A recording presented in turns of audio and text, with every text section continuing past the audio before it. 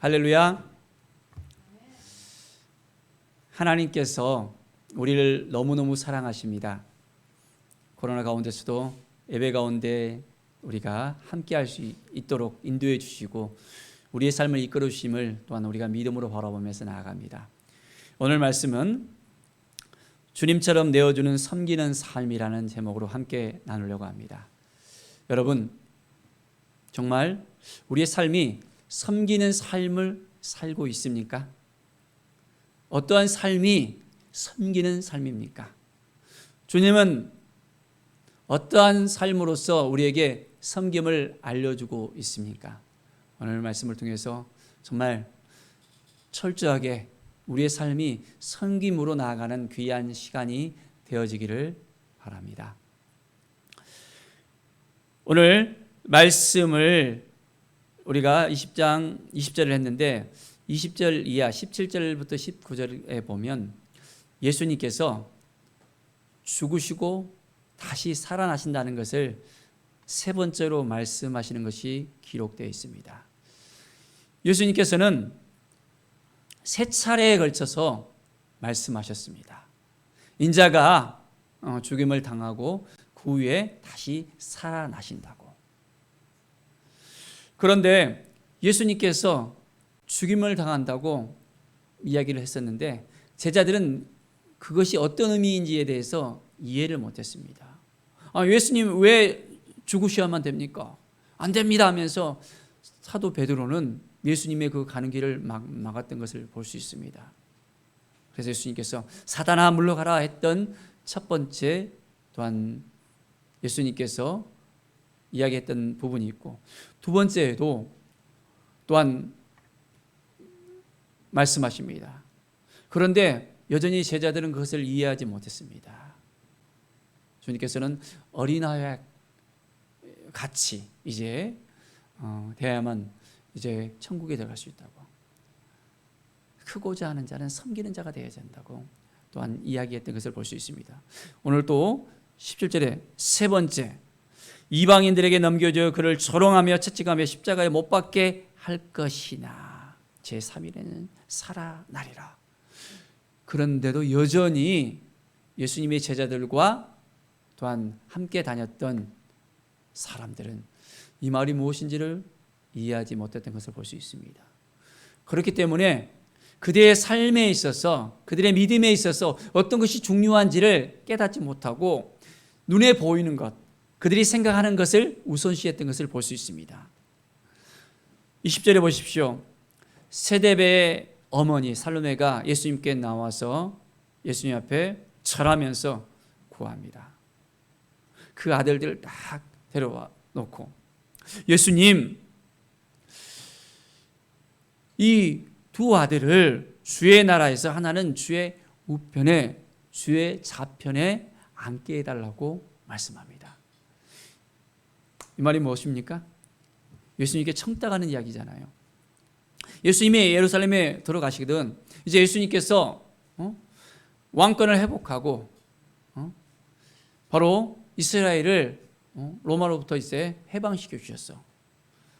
메시아로서 온전한 회복을 하신다 하면은 우리 아들들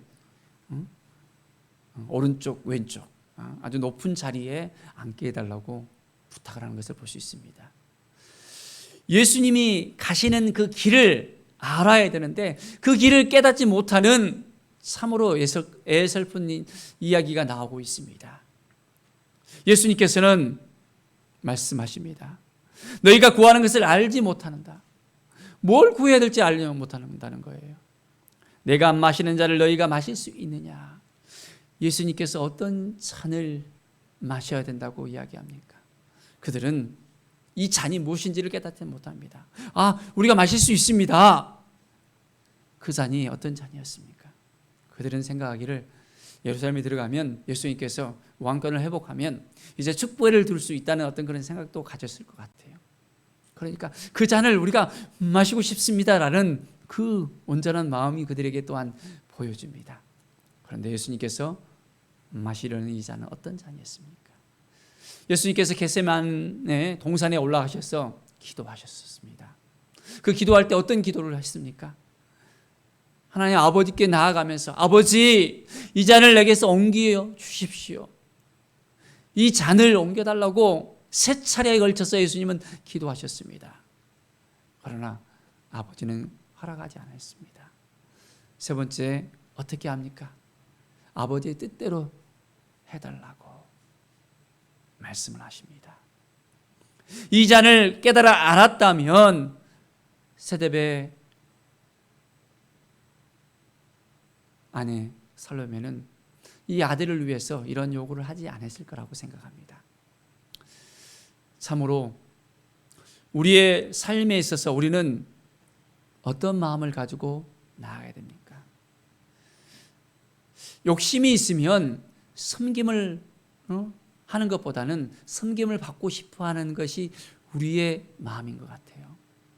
어떻게 보면 이 야고보와 요한도 그 어머니의 그 청탁에 따라서 자기들도 이제 주님의 나라에 있어서 우편에 좌편에 앉을 수 있다는 그런 희망이 부풀어 올랐을 것입니다. 섬김의 자리에 앉아서 실컷 섬김을 누릴 수 있겠다라는 그런 마음이 그들에게 있었지 않겠습니까? 그렇다면 우리는 동일하게 그런 마음이 없습니까?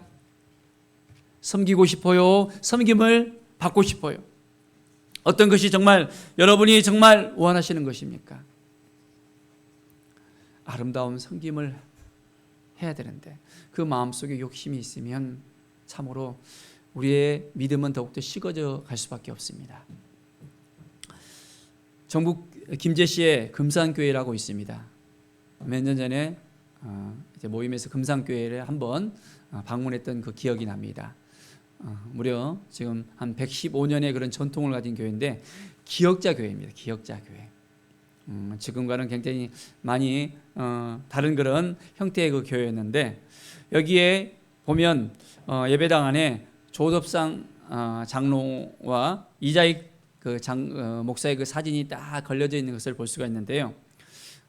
이들은 양놈과 쌍놈이라는 그 봉건적 유대문화 사회 가운데서 감동적인 이야기를 만들었던 것을 볼 수 있습니다. 조덕삼 씨는 그 지방의 유지였습니다.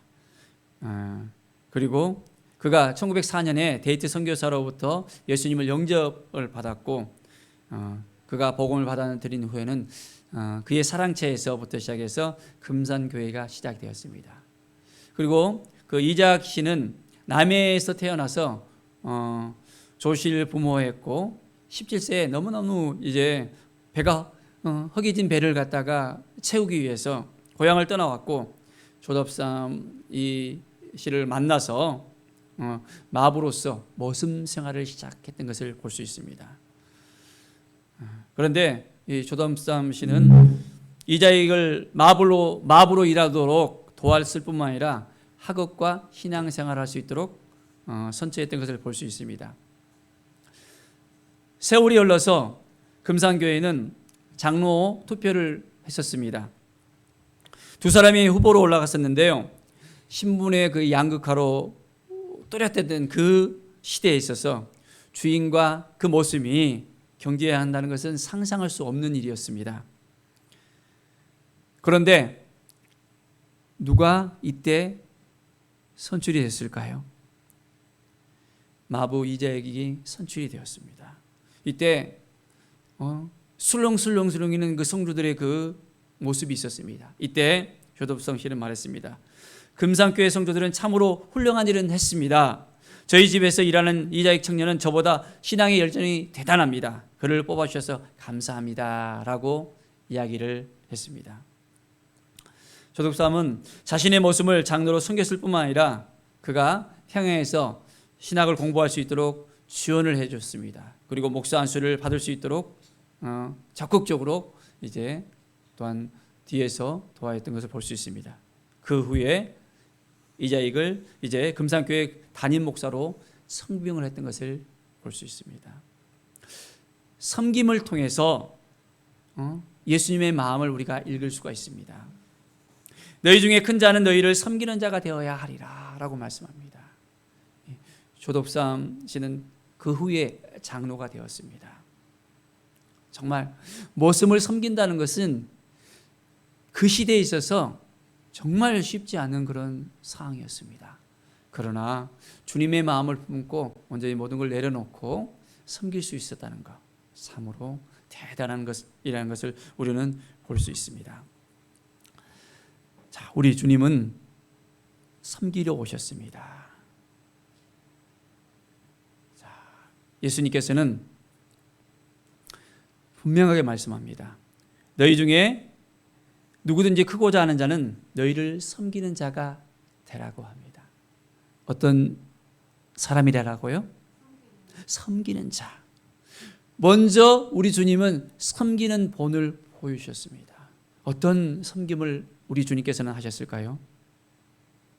오늘 28절의 말씀을 보십시오. 인자가 온 것은 섬김을 받으려 함이 아니라 도리어 섬기려 하고 자기 목숨을 많은 사람의 대속물로 주려 함이라 했습니다. 우리 주님은 친히 십자가에 달려서 이제는 속죄의 제물이 되셨습니다. 우리 모든 인류의 죄를 대신하여 이제는 피를 흘리시고 우리의 모든 죄를 사함을 허락해 주신 정말 섬김의 본을 보여줬던 것을 볼 수 있습니다. 바로 그 주님께서 너희 중에 으뜸이 되고자 하는 자는 이제 너희의 종이 되어야 된다고 말씀하고 있습니다. 철저하게 종의 모습을 보여주시고 이제는 섬기면서 살아가는 우리 주님의 모습을 우리는 볼 수 있습니다. 어떻게 주님께서 섬기셨습니까? 그의 제자들을 이제는 딱 앉으시고 스승으로서 선생으로서 씻음을 받아야 되는데 제자들의 그 발을 씻어주셨던 예수님의 모습을 볼 수 있습니다. 철저하게 낮아지는 주님의 모습입니다. 수많은 사람들이 예수님을 향해 손가락질을 하면서 십자가에 못 박아라 하면서 예수님을 질타하며 질시하며 이제는 죽음의 사경으로 이제 몰아갔습니다. 그렇지만은 예수님께서는 그들을 그대로 받아들이시면서 저들이 저들의 죄를 알지 못합니다. 저들의 죄를 용서해 주셔달라고 아버지께 간구하는 그 예수님의 모습을 우리는 볼 수 있습니다. 철저하게 낮아지는 주님의 모습을 우리는 볼 수 있습니다. 자기 자신을 이제는 내어주면서 끝까지 우리를 사랑하시는 그 주님의 모습을 우리는 보고 이제는 그 주님 앞에 온전히 나아가는 우리의 삶이 될 수 있어야 되겠습니다. 사랑하는 여러분, 정말 섬길 수 있겠습니까? 어떠한 섬김으로써 여러분 섬길 수 있겠습니까? 철저하게 여러분 낮아질 수 있겠습니까? 어떤 것이 낮아지는 것입니까? 어떤 것이 정말 우리가 전심으로 섬기는 것입니까? 우리가 있는 이곳에서부터 시작해서 철저하게 우리는 섬길 수 있어야 되겠습니다. 세계제일교회 작은 교회입니다. 먼저 솔선수 부문에서 봉사하고 먼저 정말 청소하고 먼저 할 것이 무엇인지를 찾아 나가는, 내가 섬길 것이 무엇인지를 확인하면서 나가는 그런 부분들이 우리 안에 먼저 있어야 될 것입니다. 내가 주님을 닮아가는 것이, 종으로서 살아가는 것이 무엇인지를 우리가 알아야 됩니다. 또한 우리 세계교회 처음 주셨던 그 마음, 모든 환난 당한 자, 모든 빚진 자들, 마음이 상한 자들을 회복시키는 그런 교회로서 하나님께서 사무엘상 20장 2절의 말씀을 우리에게 주셨었습니다. 정말 우리 가운데 찾아오는 많은 힘들고 어려운 사람이 있을 수 있습니다. 눌린 사람이 있을 수 있습니다. 가난하고 헐벗은 사람이 있을 수 있습니다. 그들을 우리가 섬길 수 있는 교회가 되었으면 합니다. 작은 교회지만은 정말 섬길 수 있는 마음을 가지고 나아갈 때 우리는 하나님의 놀라운 은혜를 누릴 수 있고 그 은혜를 나눠줄 수 있을 것입니다. 우리보다 더 힘들어하고 정말 연약한 그 교회들이 있다면 그런 교회들도 우리가 나눌 수 있는, 섬길 수 있는 그런 교회가 되길 원합니다. 재정의 50%를 나눌 수 있는 교회가 되게 해달라고 또 비전을 꿈꾸고 있는데, 정말 나눌 수 있는 그 마음을 가지는 교회, 종으로서의 그런 마음을 가지고 섬길 수 있는 교회, 바로 우리 세계교회가 하나님께서 기뻐하시는, 우리 주님께서 기뻐하시는 그런 교회가 되기를 바랍니다. 사랑하는 여러분, 철저하게 주님께서 자기의 모든 걸 내어주었던 것처럼 우리도 우리 자신을 내어줄 수 있는 그런 믿음의 삶을 살아가기를 바랍니다. 천재로 불렸던 한 소년이 있었습니다. 그의 인생은 참 항상 오르막길로 갔습니다. 그런 주위의 기대대로 이제 하버드 대학교 교수가 되었습니다. 그가 집필한 30여 권의 그 책은 모두 베스트셀러가 되었습니다. 그를 만나기 위해서 수많은 사람들이 모여들기도 했습니다. 그의 인생은 오직 성공과 성취로서 장식이 되었습니다. 그런데 어느 날이었습니다. 이분이 폭단 선언을 했습니다. 나는 교수직을 포기합니다. 이제 정박아 시설에 들어가 새로운 인생을 살아가고 싶습니다. 라고 그는 사람들에게 말했습니다. 그래서 사람들이 왜 그러십니까? 그 많은 명예와 보수를 왜 버리려고 하십니까? 차라리 후학을 양성하십시오. 라고 대답했습니다. 오르막길 인생은 성공과 칭찬에 가여 예수님이 보이지 않습니다. 이제 저는 낮은 곳으로 가서 예수님을 만나고 싶습니다. 라고 그는 고백을 합니다. 그의 인생의 말년을 매사추세츠 정박아 시설에 가서 장애인들의 용변을 보고 이제 뒤치다거리고 하고 또 식사와 목욕 등 구질구질한 일들을 하면서 그는 온갖 섬김의 사세로서 그들을 섬겼습니다. 그리고 그는 별세를 했습니다. 참으로 주님의 마음을 품고 섬긴다는 것, 그는 내리막길로 내려가서 이제 철저하게 자기의 특권을 내려놓고 자기의 인생 가운데서 주님이 부르시는 그곳 가운데서 이제는 온전히 사명을 감당하면서 섬김의 삶을 살아갔던 것을 볼 수 있습니다. 우리는 어떠한 마음을 가지고 섬겨야 되겠습니까? 철저하게 낮아지면서 주님이 말씀하시면, 주님이 가라 하시면, 주님이 인도하시면 철저하게 우리 자신을 내려놓을 수 있다.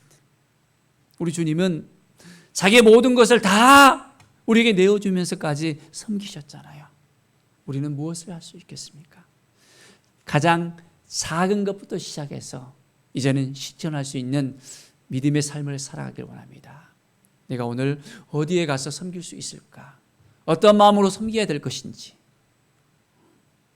높아지려 하는 그런 마음이 아니라, 이제는 교만한 마음이 아니라, 욕심이 있는 마음이 아니라 겸손하게 내 자신을 내려놓고 주님이 말씀하시면 이제 그 일을 감당할 수 있겠습니다. 주님이 말씀하시면 저도 그곳에 가겠습니다. 라는 그 믿음의 고백이 우리 가운데 이제는 시작되기를 바랍니다. 사랑하는 여러분, 누구자 크고자 하는 자는 너희를 섬기는 자가 되라고 합니다. 섬기는 자가 큰 자입니다. 섬기는 자가 이제는 하나님께서 인정하는 자입니다.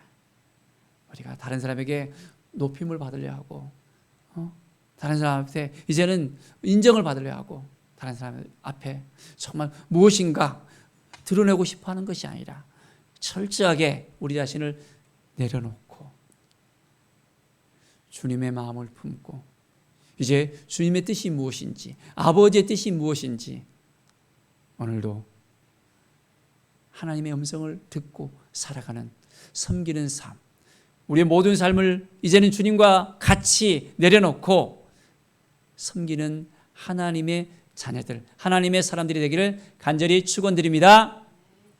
기도하겠습니다. 하나님 아버지 감사합니다. 매일매일 믿음의 삶을 살아가고 싶습니다. 매일매일 섬기는 삶을 살아가고 싶습니다.